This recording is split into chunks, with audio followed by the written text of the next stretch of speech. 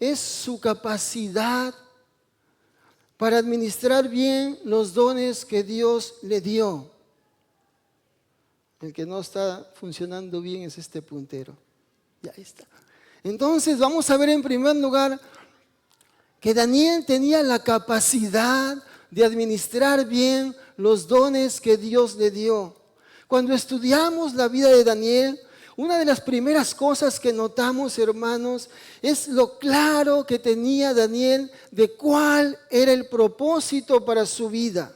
Él sabía que pase lo que pase, su objetivo debería ser siempre dar testimonio de la gracia de Dios en medio de los gentiles. No se olviden, él estaba exiliado en Babilonia, pero Daniel era consciente de todo el potencial que Dios le había dado. Dice el versículo 3 que había en él un espíritu superior.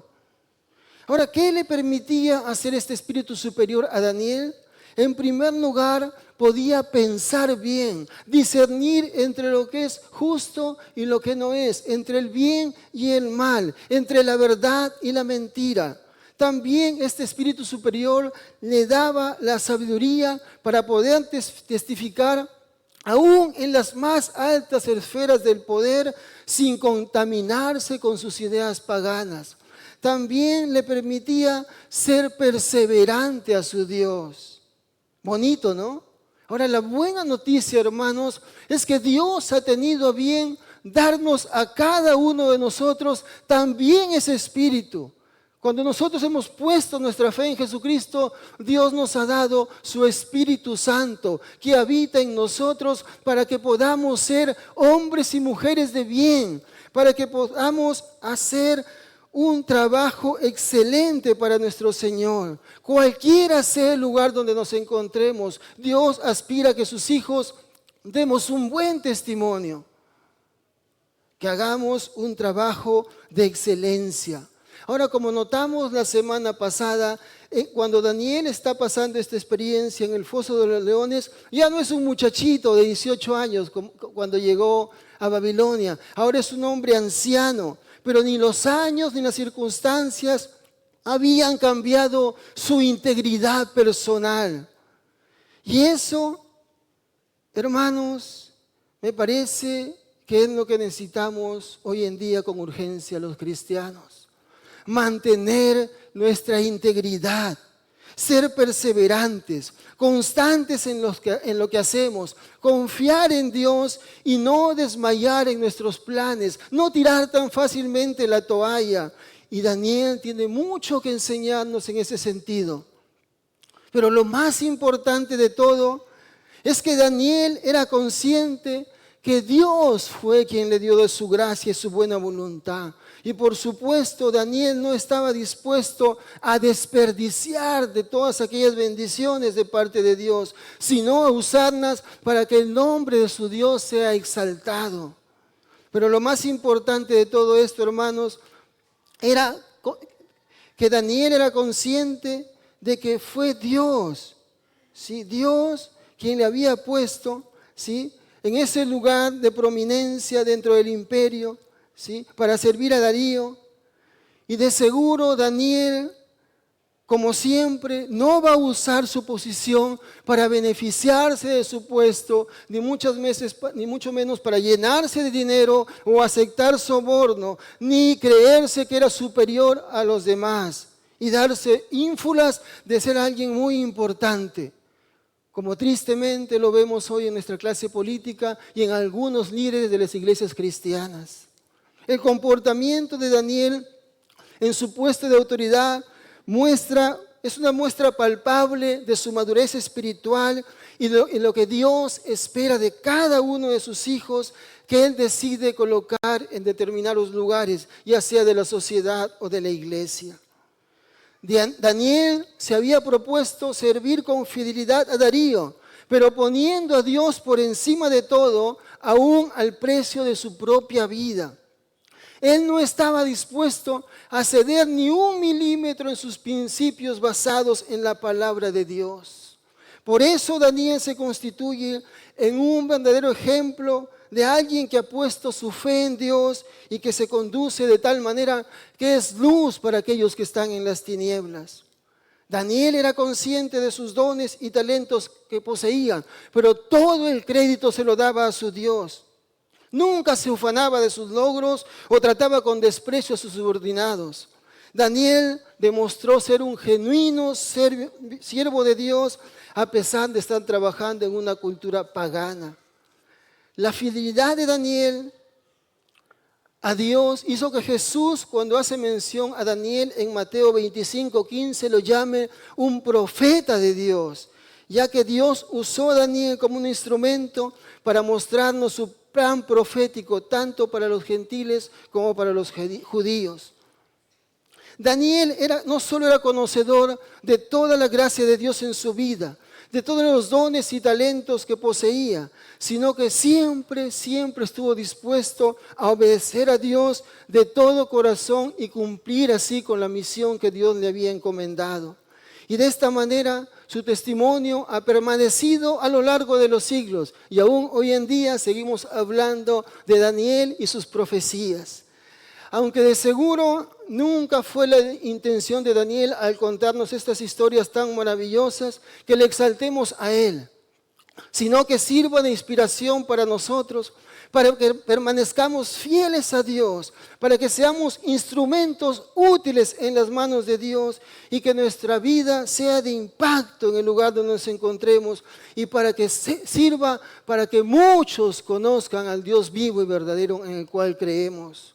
La vida de Daniel, hermanos, se constituye para nosotros hoy en un gran modelo de obediencia a Dios. Pero sin duda el mejor modelo de obediencia lo tenemos en la persona de nuestro Señor Jesucristo, quien dijo en Juan 6:38, pues he descendido del cielo para hacer la voluntad de Dios, quien me envió, no para hacer mi propia voluntad.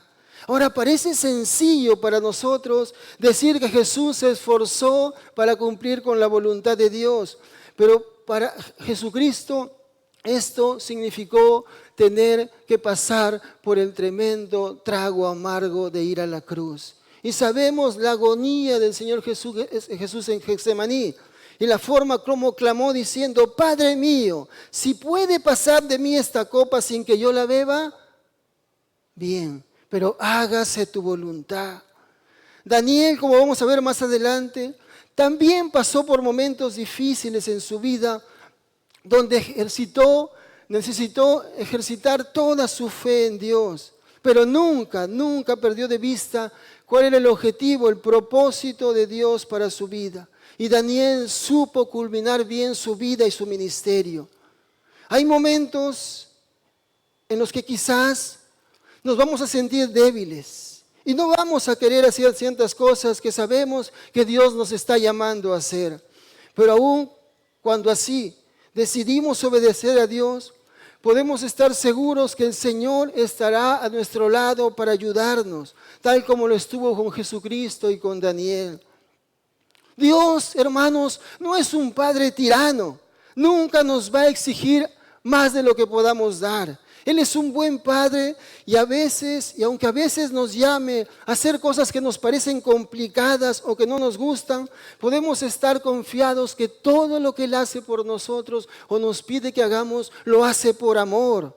Él nunca nos va a dejar solos. Permítame preguntarles, ¿conocemos cuáles son los dones que Dios nos ha dado? ¿Estamos dispuestos, como Daniel, a hacer buen uso de los dones que tenemos? ¿Estamos dispuestos a obedecer a Dios y cumplir con la misión que el Señor Jesús nos ha encomendado? ¿Estamos dispuestos, como Daniel, a dejar el nombre de nuestro Dios en lo más alto? Ojalá Dios nos ayude a poder imitar el ejemplo de Daniel, de nuestro Señor Jesucristo en cuanto a la obediencia a la voluntad de Dios y podamos hacer un servicio de calidad donde nos encontremos. Si eres una ama de casa, sé la mejor ama de casa, que las vecinas cuando te vean dicen, yo quiero ser como esa mujer. En el trabajo, que todos nos elogien por nuestro buen trabajo. O en el estudio, que seamos los mejores estudiantes, los que saquemos las mejores notas porque tenemos el Espíritu Santo de Dios viviendo dentro de nosotros. No nos falta nada. Pero a veces nos cuesta. El otro día vinieron unas hermanas delante de los ancianos a hacer una observación de mi trabajo. Decían, hay un lugar de la iglesia que está bastante descuidado, se ha infectado de pericotes y está sucio.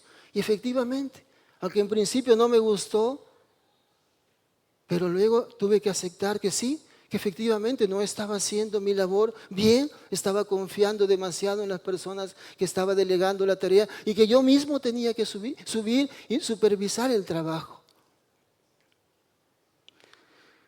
Entonces, hermanos, todos podemos dar un poquito más para el Señor, para que nuestro trabajo, no para que nos alaben, sino para que alaben al Señor. Amén, hermanos. La segunda área en la que podemos imitar la vida de Daniel es su capacidad para hacer frente a la adversidad.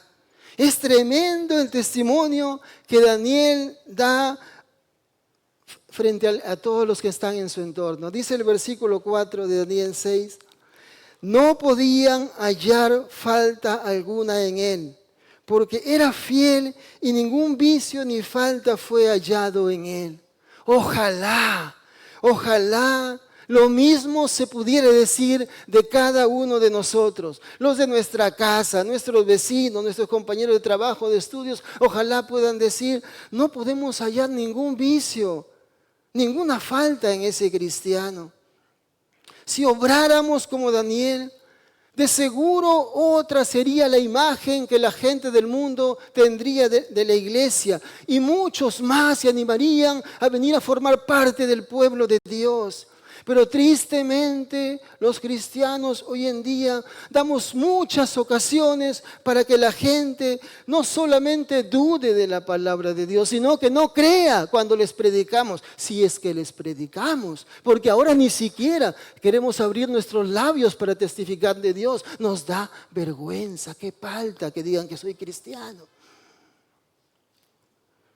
Y no solo eso, hermanos, sino que a los cristianos hoy en día nos tildan de hipócritas, fanáticos y hasta cabeceadores. Y por eso la gente del mundo se burla del Evangelio y no quieren saber nada con las cosas de Dios.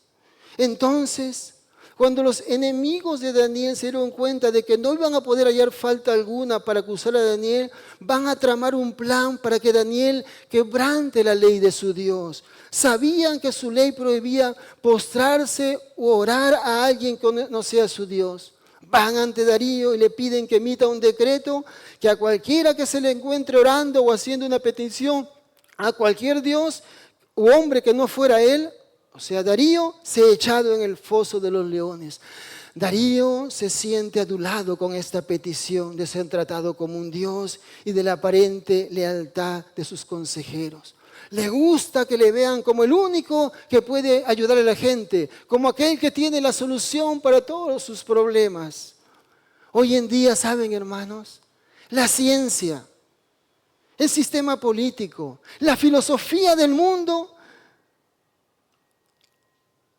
nos dicen que la felicidad solamente puede ser alcanzada por medio de ellos. Yo soy la puerta, el verdadero bien. La felicidad no se alcanza sino por medio de mí. Y es triste escuchar a grandes hombres, dizque científicos, que ahora niegan a Dios. Ustedes no necesitan de Dios, le dice la gente. Dios no existe. La evolución es como se creó todo esto. ¿Y saben cuál es su Dios? La ciencia. Y ahí están poniendo su esperanza. Y ahí están poniendo su fe. Y miren a qué nos ha conducido eso. Miren cómo está la sociedad. La ciencia ha aumentado, avanzado, sí. Hemos llegado a límites insospechados con la inteligencia artificial. Pero miren dónde está la sociedad. Justo veníamos conversando con el taxista hoy en día eso. Y él me decía, ¿por qué tanta extorsión? ¿Por qué tantos delincuentes? Digo, porque la gente se ha apartado de Dios. La gente ya no quiere seguir los principios de la palabra de Dios. ¿Y nosotros a dónde estamos acudiendo con nuestros problemas? ¿Dónde estamos buscando la solución? Porque en contraste a lo que dice el mundo, el Señor soberano de la historia, nuestro Señor Jesucristo afirma que Él y solamente Él es el verdadero mediador, la única puerta que conduce a Dios, el único que puede dar solución a nuestros problemas. Cualquier otra puerta que no sea Él, ladrones son y salteadores, dijo el Señor Jesucristo en Juan 18. Estos hombres creían que ahora sí tenían a Daniel en sus manos. Por fin se iban a deshacer de él, porque su presencia les era incómoda. Porque con su buen comportamiento, Daniel le mostraba lo pecadores que eran y no soportaban que Daniel esté por encima de ellos. Se llenaron de celos contra Daniel. Ahora, cuando los cristianos empecemos a tomar en serio a Dios, escuchen bien, cuando los cristianos empecemos a tomar en serio a Dios y busquemos ser fieles a los principios de la palabra de Dios, de seguro nos va a pasar lo mismo que a Daniel. Habrá muchos que sentirán que nuestra presencia les es incómoda, que nuestra forma de comportarnos no les permite vivir de una manera tranquila con su pecado. Y si logramos un ascenso, van a decir que no es justo y meritorio. Tal vez, hermanos, Dios permita algunas veces que los planes de la gente contra nosotros tengan éxito, como sucedió en el caso de Daniel. Pero debemos confiar que Dios tiene un propósito cuando permite que sus hijos pasen por alguna prueba. Allí tenemos el ejemplo de Job, de Elías, de Pablo y de tantos hombres y mujeres que fueron fieles al llamado de Dios. Aún nuestro propio Señor Jesucristo padeció injustamente. Y es increíble que los sacerdotes, los líderes del pueblo judío, hayan tramado un plan tan maquiavélico con Jesús, que hasta estuvieran en el colmo de pagar a testigos falsos para que testifiquen contra Jesús, de sobornar a uno de sus propios discípulos del Señor Jesús para que lo traicione. ¿Qué dolor habrá sentido nuestro Señor Jesucristo al ver la actitud tan vil que tuvieron sus enemigos? Que no descansaron hasta verle clavado en esa cruz, condenado como un criminal, sabiendo que era inocente, porque Pilato les dijo: no hallo culpa alguna en este hombre, es inocente. Pero nuestro Señor Jesús estaba convencido de que todo lo que estaba pasando, todo el dolor que tenía que soportar de parte de sus enemigos, estaba dentro de los planes de su Padre Celestial. Y por eso aceptó todo lo que estaba pasando con hidalguía, sin amargura, ni mucho menos con deseos de venganza en su corazón. Todo lo contrario, tal como profetizó Isaías 53:7. Él fue maltratado y humillado, ni siquiera abrió su boca como cordero, fue llevado al matadero como oveja, enmudeció ante su trasquilador y ni siquiera abrió su boca. Yo sé que muchas veces es difícil para los cristianos entender por qué tenemos que pasar por pruebas muy duras. Y tal vez no podamos explicar por qué le suceden cosas malas a los hijos de Dios. Pero tenemos el consuelo de la palabra de Dios que nos explica cuáles son el propósito de las pruebas que Dios permite en sus hijos. Por ejemplo, el apóstol Pedro, en 1 de Pedro 1:7-9, dice lo siguiente: esto es para ustedes motivo de gran alegría, a pesar de que hasta ahora han tenido que sufrir diversas pruebas por un tiempo. El oro, aunque perecedero, se prueba al fuego. Así también la fe de ustedes, que vale mucho más que el oro, al ser probada por las pruebas, demostrará que es digna de aprobación, gloria y honor cuando Jesucristo se manifieste. Y me gusta sobremanera lo que dice a continuación.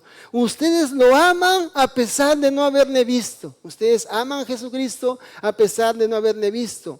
Y aunque no lo ven ahora, creen en Él y se alegran con un gozo indescriptible y glorioso, pues están obteniendo la meta de su fe, que es la salvación. Y así podríamos mencionar muchísimas otras porciones de la palabra de Dios que nos animan a pensar que Dios tiene un propósito cuando permite una prueba en la vida de sus hijos.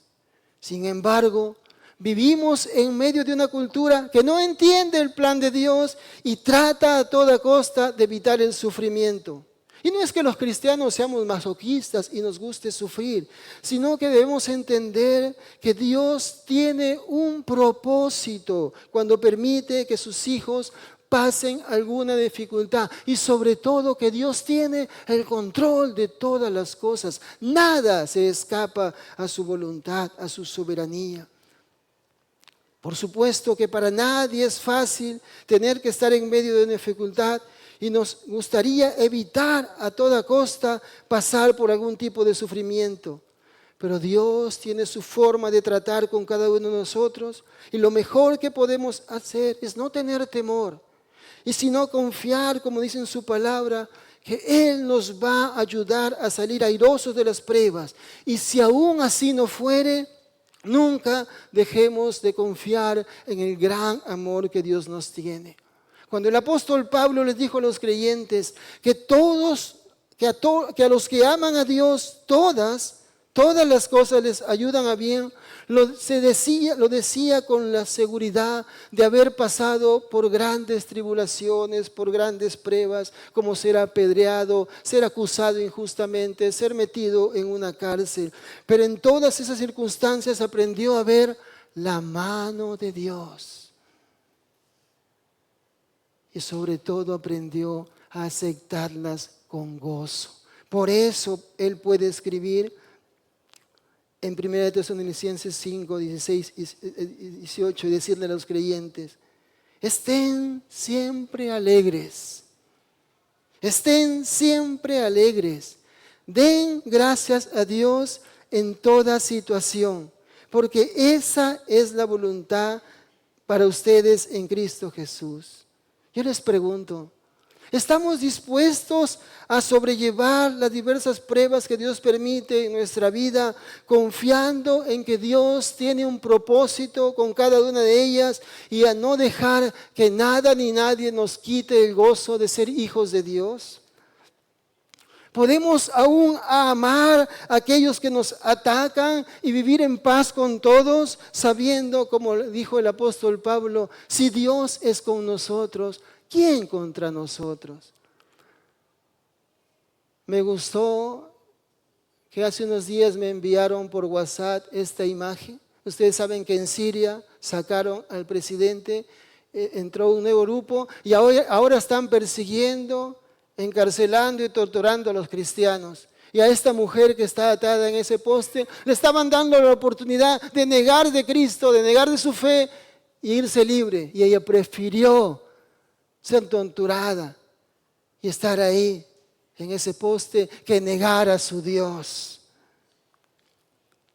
Qué ejemplo para nosotros, ¿verdad? Que hoy estamos cómodamente sentados aquí y nadie nos persigue ni nadie nos ataca por nuestra fe. Por último, la última área en la que vamos a ver que podemos imitar o debemos imitar a Daniel es en su capacidad de tener una comunión íntima diaria con Dios. Wow, aquí podríamos hablar muchísimo acerca del tema de la oración. Es un tema que me apasiona. Pero yo les pregunto, ¿qué es para nosotros la oración? ¿Qué es para ustedes la oración? Ojo que no les estoy preguntando por el significado de la oración, sino qué significa la oración para nosotros. Es como que si le pregunte, hermano, ¿qué es la comida para usted? Y usted me dice, para mí es lo más importante, con mis 3 comiditas al día no te juegues. Sin duda, para Daniel la oración era una parte importante de su vida. Era algo tan vital que cuando se enteró del edicto de Darío ordenando que nadie ore a ningún dios u hombre que no sea él mismo, so pena de ser echado en el foso de los leones, lo primero que hizo Daniel fue en busca de aquel que tenía el poder para cuidarlo de sus enemigos. Nos dice el versículo 10 que Daniel tenía por costumbre orar 3 veces al día. Aunque Daniel conocía que uno de los atributos de Dios es ser omnisciente, es decir, conoce todas las cosas y sabe de antemano lo que estamos pasando, no dudó en ir ante Él porque sabía que como a todo buen padre, a Dios le encanta que sus hijos no lo ignoren y vengan a Él con sus problemas, con sus luchas, con sus cargas. Hermanos, uno de los peores pecados que estamos cometiendo hoy en día los cristianos en la actualidad frente a Dios, ¿saben cuál es? El de la autosuficiencia. Pensar que no necesitamos de Dios y que podemos en nuestras fuerzas nosotros mismos solucionar nuestros problemas. Y por eso pasamos tan poco tiempo en oración. Nos parece algo tedioso tener que venir todos los días, levantarnos tan temprano para hacer algo que consideramos que no cambia en nada nuestra situación, que no modifica en nada nuestras circunstancias. No confiamos en el poder de la oración, ni en lo que enseña la palabra de Dios. Santiago 5:16 dice que la oración del justo puede mucho. Y ustedes y yo somos justos, hemos sido justificados por la sangre de Jesucristo. Entonces nuestra oración puede mucho. Daniel confiaba plenamente en la soberanía de Dios. Y por eso ni siquiera se preocupó de que las ventanas de su habitación estaban abiertas y le dejaban expuesto a la merced de sus enemigos para que le vean que estaba quebrantando el edicto que Darío había dado y que lo condenaba directamente al foso de los leones. Con esta actitud Daniel mostraba que temía más fallarle a su Dios que a unos simples leoncitos. ¿De dónde sacaba Daniel esa fortaleza para desafiar a la muerte misma? Sin duda de su comunión íntima diaria con Dios por medio de la oración. Daniel sabía que la oración fortalecía su amistad con Dios y le acercaba al corazón de Dios. La oración era su mayor fuerza contra sus enemigos. Daniel estaba convencido de que Dios lo escuchaba y por eso se deleitaba en pasar tiempo en la presencia de Dios.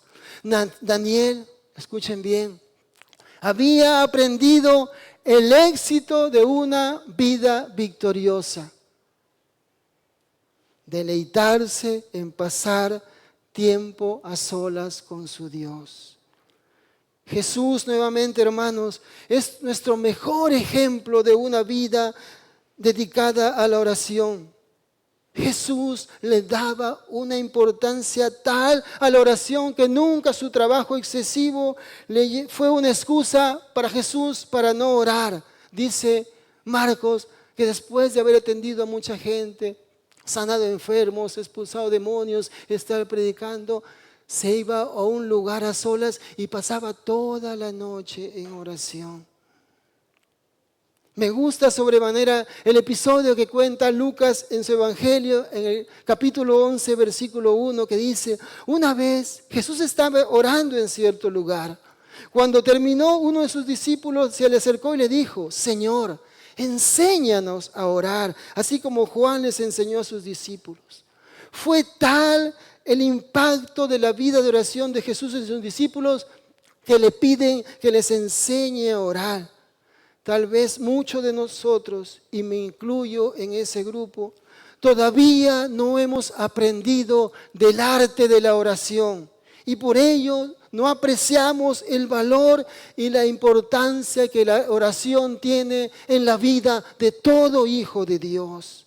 Las personas que como Daniel o nuestro Señor Jesucristo anhelan pasar tiempo en íntima comunión con Dios el Padre, son aquellas que van a lograr hallar la fortaleza que se necesita para los grandes desafíos de la vida. Aunque Daniel sabe que puede ser descubierto orando y quebrantando el decreto que lo llevaría directo al foso de los leones, no teme. Sabe que su vida está en las manos del Dios Todopoderoso y a Él se está encomendando. Vamos a dejar la acción por esta semana allí.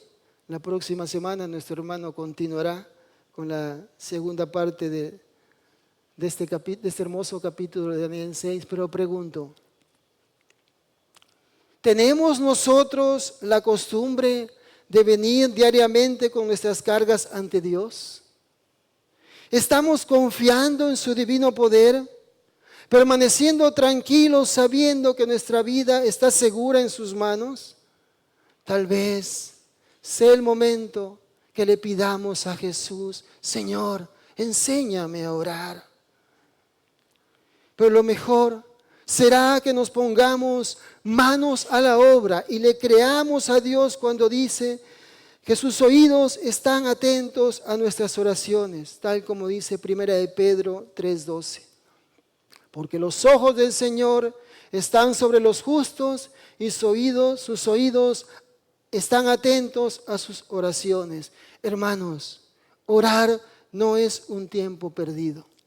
Permítanme terminar con las palabras de un hombre que, como Daniel, supo administrar bien los dones que Dios le dio. Supo hacer frente a las múltiples adversidades que tuvo en su ministerio. Y asimismo también fue un hombre de oración, Charles Spurgeon. Terminé de leer su biografía y me impactó sobremanera. Wow, digo, yo estoy pero bajísimo. Nunca siquiera voy a llegar a alcanzar a hacer algo de lo que hizo este hombre. Les sugiero, lean la biografía de Carlos Spurgeon. Pero quiero terminar leyendo una pequeña porción de uno de sus miles de sermones que él predicó.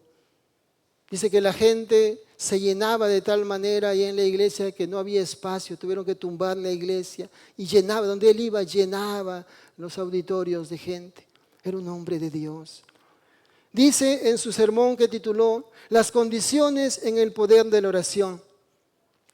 Spurgeon dice lo siguiente: pensé en predicarles esta mañana acerca de la importancia de la oración, teniendo el firme propósito de motivarnos para que oren por mí y por la obra del Señor en este lugar.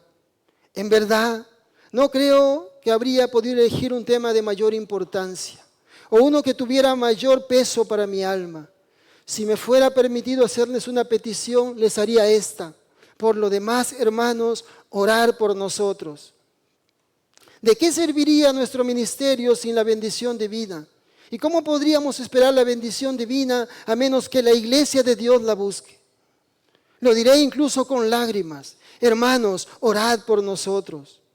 No escatimen en la oración. Por el contrario, abunden en la intercesión, pues así y solamente así podrá crecer o simplemente sostenerse nuestra iglesia. Y lo siguiente me impacta sobremanera. Pero entonces se me vino a la mente la pregunta: ¿pudiera haber algo en la iglesia que impida que nuestras oraciones tengan éxito? ¿Pudiera haber algo en la iglesia que impida que nuestras oraciones tengan éxito? Esa es una pregunta indispensable que debe ser considerada con toda sinceridad, incluso antes de exhortarlos a la intercesión. Porque hemos aprendido por el primer capítulo de Isaías que las oraciones de un pueblo impío se convierten pronto en abominaciones para Dios. Cuando extendáis vuestras manos, yo esconderé de vosotros mis ojos. Asimismo, cuando multipliques la oración, yo no oiré, dice el Señor.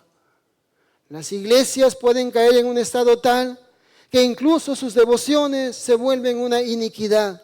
Las fiestas solemnes son un fastidio para el Señor. Podrían existir males en el corazón de cualquiera de nosotros que hicieran imposible que Dios, en consistencia con su propio carácter y sus atributos, prestara alguna consideración a nuestras intercesiones. Si veneramos la iniquidad en nuestros corazones, el Señor no nos escuchará. Esforcémonos, hermanos,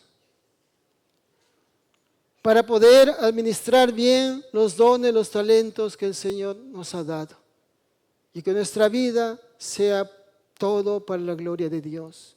Aprendamos a sobrellevar las pruebas con dignidad, sabiendo que no estamos solos, que a nuestro lado está el Dios Todopoderoso y que nuestra vida está en sus manos. Pero sobre todo, hermanos, seamos hombres y mujeres de oración, porque la oración tiene mucho poder.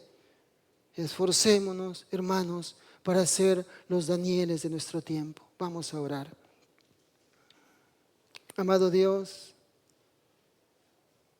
qué vergüenza sentimos al estar frente a tu palabra, que es como un espejo, y compararnos con hombres como Daniel. Ojalá que algún día la gente pueda decir que no se halló ningún vicio, ninguna falta en nosotros, no para vanagloria nuestra, sino para que nosotros podamos testificar que eres tú el que ha hecho los cambios en nuestra vida. Ojalá que cuando lleguen las pruebas, Señor, no nos desanimemos como muchos que vinieron a escuchar tu palabra y luego se fueron desanimados ante la primera prueba que pusiste en su vida. Ayúdanos a perseverar, Señor, hasta el fin de nuestros días. Y Señor, ayúdanos a poder levantarnos temprano todos los días, a poder buscarte en oración, a poder hallar ese deleite que hay en pasar tiempo contigo, en abrir tu palabra, en escudriñarla. Yo te pido por cada uno de mis hermanos que están aquí, Señor, que los bendigas grandemente, que los ayudes a hacer un trabajo de excelencia donde estén. Pero también quiero pedirte, Señor, si hay alguna persona que todavía está dudando de ti, está creyendo que estos son cuentos chinos, cuentos para niños, mitos, que tú toques su corazón, que tú le muestres tu poder en esta mañana, que le hagas sentir que eres el Dios vivo y todopoderoso, el mismo de ayer, hoy y siempre, que no has cambiado en nada en cuanto a tu poder, a tu eficacia, y que tú sigues obrando milagros en nuestra vida. Esto te pedimos en el nombre de Jesús. Amén. Gracias, hermanos.